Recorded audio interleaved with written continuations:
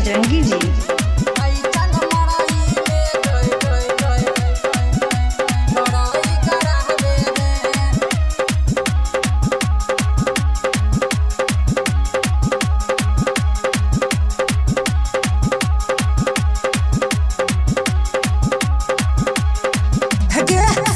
उमर में हला कोई चाहे जबान गे इना नहीं कर हमारो पारसान गे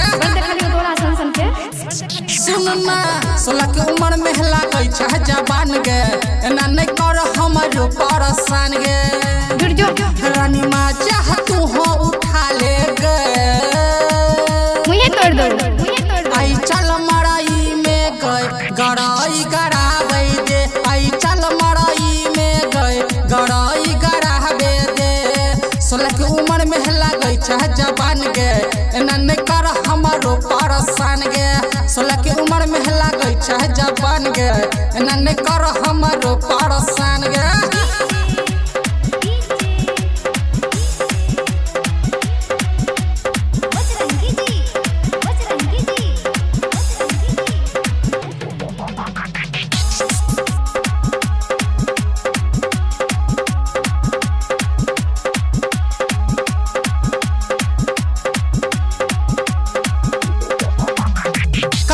उमर छ तोहर मस्त जवानी रानी तू बुझी हमार परेशानी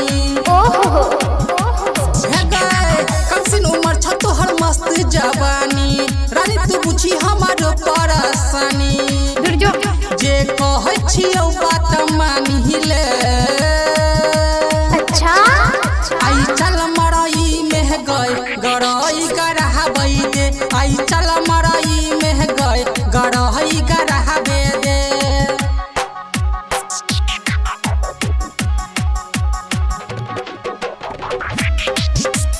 म्यूजिक डायरेक्टर डीजे बजरंगी जी।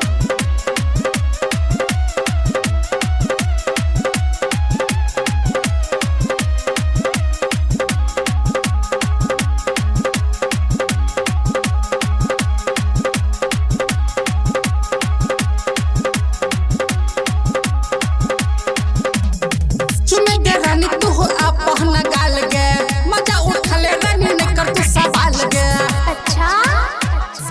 हे गे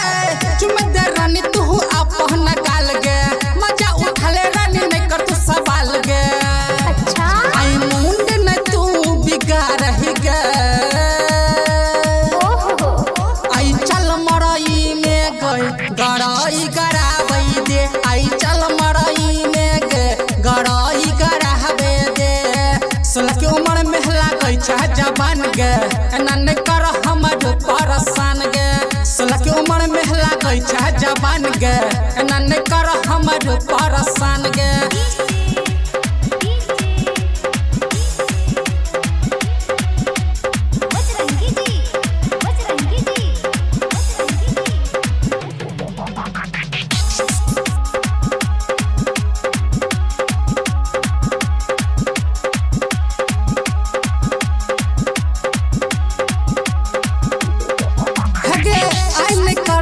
देसी बहाना गटल छौ तोर दीवाना सुनना आई नहीं कर तू देसी बहाना गटल छौ तोर दीवाना अब घुसबो तोरे पर छोला गलगे आई चल मड़ई में गए गड़ई गड़ाबै दे आई चल मड़ई में गए गड़ई गड़ाबै दे 16 के उमर में हला गई चाहे जबान गे एना नहीं कर हमारो परेशान गे रानी माँ चाह तू हो